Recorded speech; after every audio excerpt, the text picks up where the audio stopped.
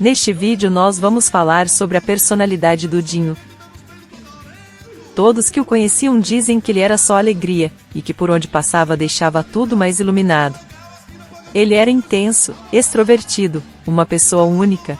Continue com a gente que vamos abordar assuntos como o início do seu comportamento elétrico e hiperativo, a aptidão para ser artista, seus gostos pessoais, sua religiosidade e seu bom humor e brincadeiras do dia a dia.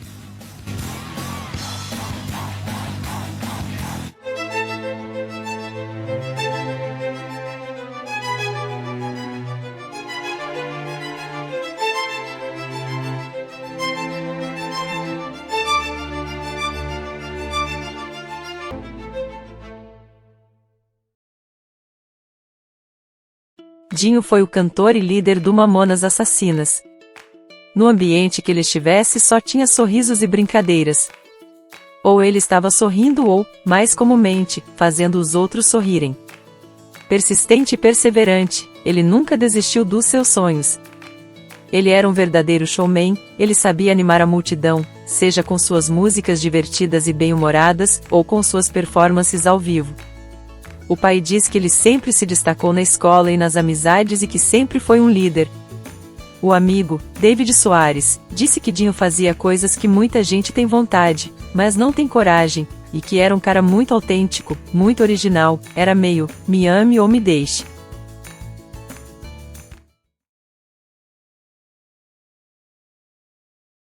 Alexander Alves Leite, o Dinho, nasceu em Irecê, na Bahia, filho de Ildebrando Alves e Célia Ramos. O fato de ter nascido na Bahia era motivo de orgulho de Dinho, em que sempre destacava isso em suas entrevistas. A cidade, inclusive, tem uma estátua e uma praça em sua homenagem. Como bastante comum naquela época, seus pais se casaram muito novos, o pai tinha 20 anos e a mãe tinha 16. E poucos meses depois do casamento Dinho nasce. Por este mesmo motivo, o início da vida de Dinho foi bem complicado. Com a família passando por dificuldades financeiras. Quando ele tinha apenas 2 meses, seus pais se mudaram da cidade de Irecê para Guarulhos, São Paulo, cidade em que vivem até hoje. Eles chegaram no inverno na cidade de Guarulhos e não tinham roupas de frio. Dona Célia, com muita humildade, percorreu as ruas do bairro onde moravam pedindo peças de roupas para o filho. Com um pouco mais de 1 ano de vida, nasce Marcos, seu irmão. Até o irmão nascer, Dinho tinha um comportamento calmo e tranquilo. Com o nascimento do irmão, isso mudou. Ele passou a ser uma criança agitada, chamando constantemente a atenção dos pais. No momento em que nasce o seu irmão e acontece a mudança de comportamento, ocorre essa característica da sua personalidade. Em que Dinho a leva, não apenas quando criança, mas, de certa forma, pelo resto da sua vida. Estudos mostram que a inclusão de membros no sistema familiar, especialmente a chegada de uma segunda criança, é caracterizada como um período de ajustamento, que pode ter implicações emocionais tanto para o primogênito quanto para seus pais. Dentre tantas as consequências desta chegada tem o aumento da procura de atenção materna pelo filho primogênito. Estatisticamente, existem mais problemas de ajustamento em relação de irmãos do mesmo sexo durante os primeiros 2 anos do bebê, podendo desencadear sentimentos de rivalidade. E crianças em idade pré-escolar apresentam maiores dificuldades para adaptar-se ao nascimento de um irmão. Dinho levou esse mesmo comportamento, agitado e hiperativo, para a escola, quando era constantemente chamado a atenção ou tomava advertência. Os pais de Dinho frequentemente eram chamados à escola para conversar sobre o comportamento dele. Dinho revelou em uma entrevista que foi expulso da escola no 2º colegial, de tanto bagunçar.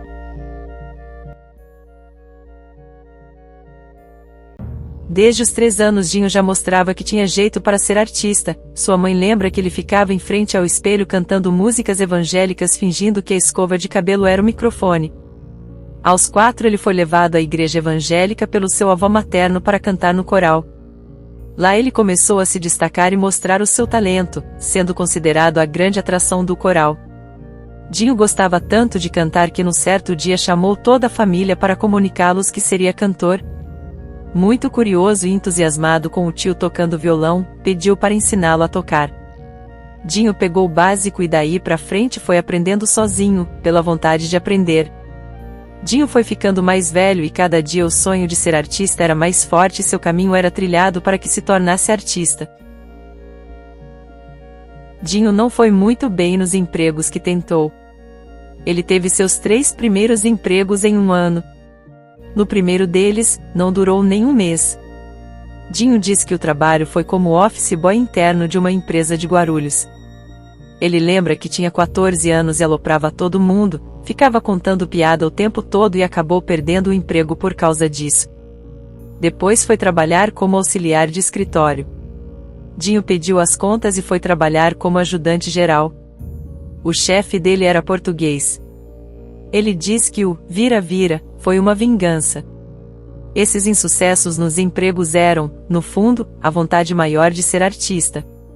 Antes dos 17 anos, Dinho foi eleito garoto verão de Guarulhos e, vendo que seu futuro estava mesmo ligado às artes, Dinho completou o 2º ano do 2º grau e então, decidiu largar os estudos.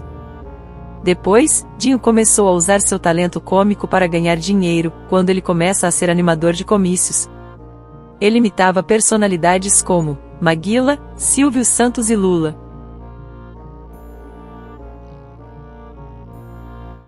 Dinho frequentava a escola dominical da igreja. Ele gostava de jogar futebol e era bom jogando. Era torcedor apaixonado do Corinthians. Dinho aprendeu a dirigir aos 12 anos e andar de moto aos 13. Ele adorava andar de moto e fazer manobras com a moto, como empinar. A irmã de Dinho, Grace Alves, fala que ele normalmente estava de bom humor e de bem com a vida. A não ser se não o deixassem dormir. Ele gostava de dormir bastante e acordar tarde. E quem o conhecia falava que ele não era muito pontual nos compromissos, o que teve que mudar devido ao sucesso e o aumento da responsabilidade com os diversos afazeres.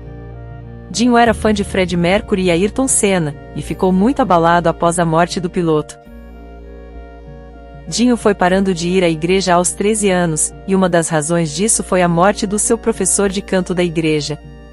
Ele ficou muito abalado. Dinho saiu da igreja, mas nunca deixou a religião de lado.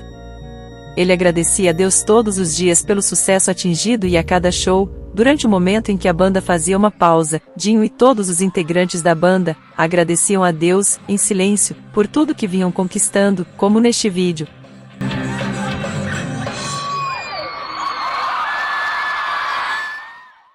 A mãe lembra que na passagem do ano de 1995, Dinho cumprimentou a todos que estavam na festa, afastou-se por mais de 40 minutos e, com as mãos erguidas, em oração, agradeceu pelo sucesso.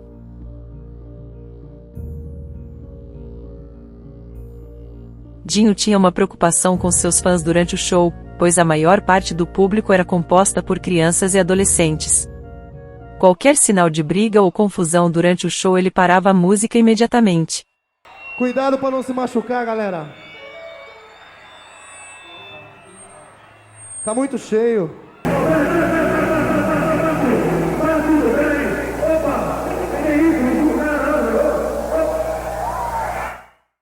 Não pense que Dinho era brincalhão só nos palcos e diante de uma câmera, ele era assim o tempo todo e desde pequeno. A irmã mais nova, Grace, conta que ele era muito brincalhão, e que a vida dele era brincar. Sendo assim até dentro de casa.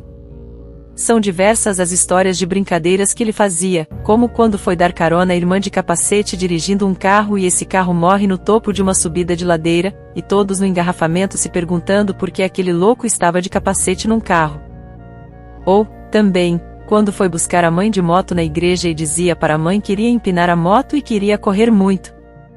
Ou quando chamava a mãe de Mutley na frente dos amigos por ter a risada igual. Ou ainda, quando ele passava pela mãe, pegava na bunda dela e dizia que a velha estava inteira e queria beijá-la.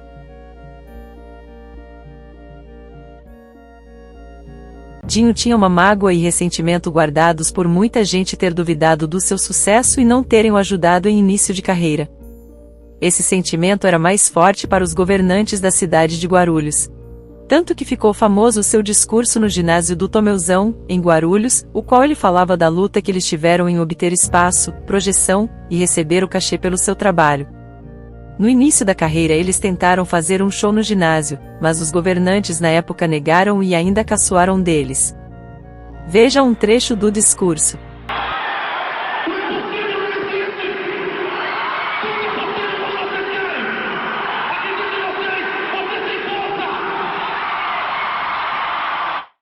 Essa parte do discurso até hoje serve de motivação para muita gente continuar e batalhar por seus sonhos.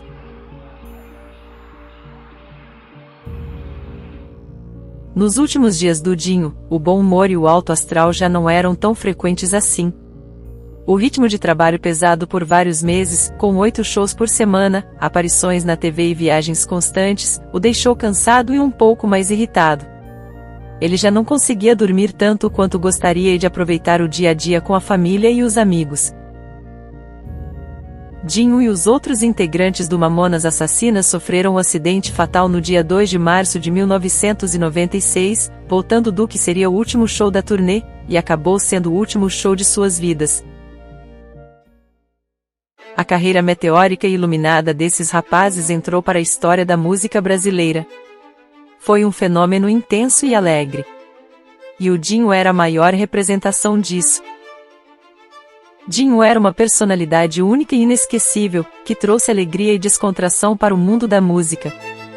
Suas músicas e sua personalidade ainda são admiradas e influenciam muitos artistas até hoje. A personalidade de Dinho foi fundamental para o sucesso do Mamonas Assassinas. Ele soube como unir o público com sua música e energia, e deixou um legado inesquecível na música brasileira.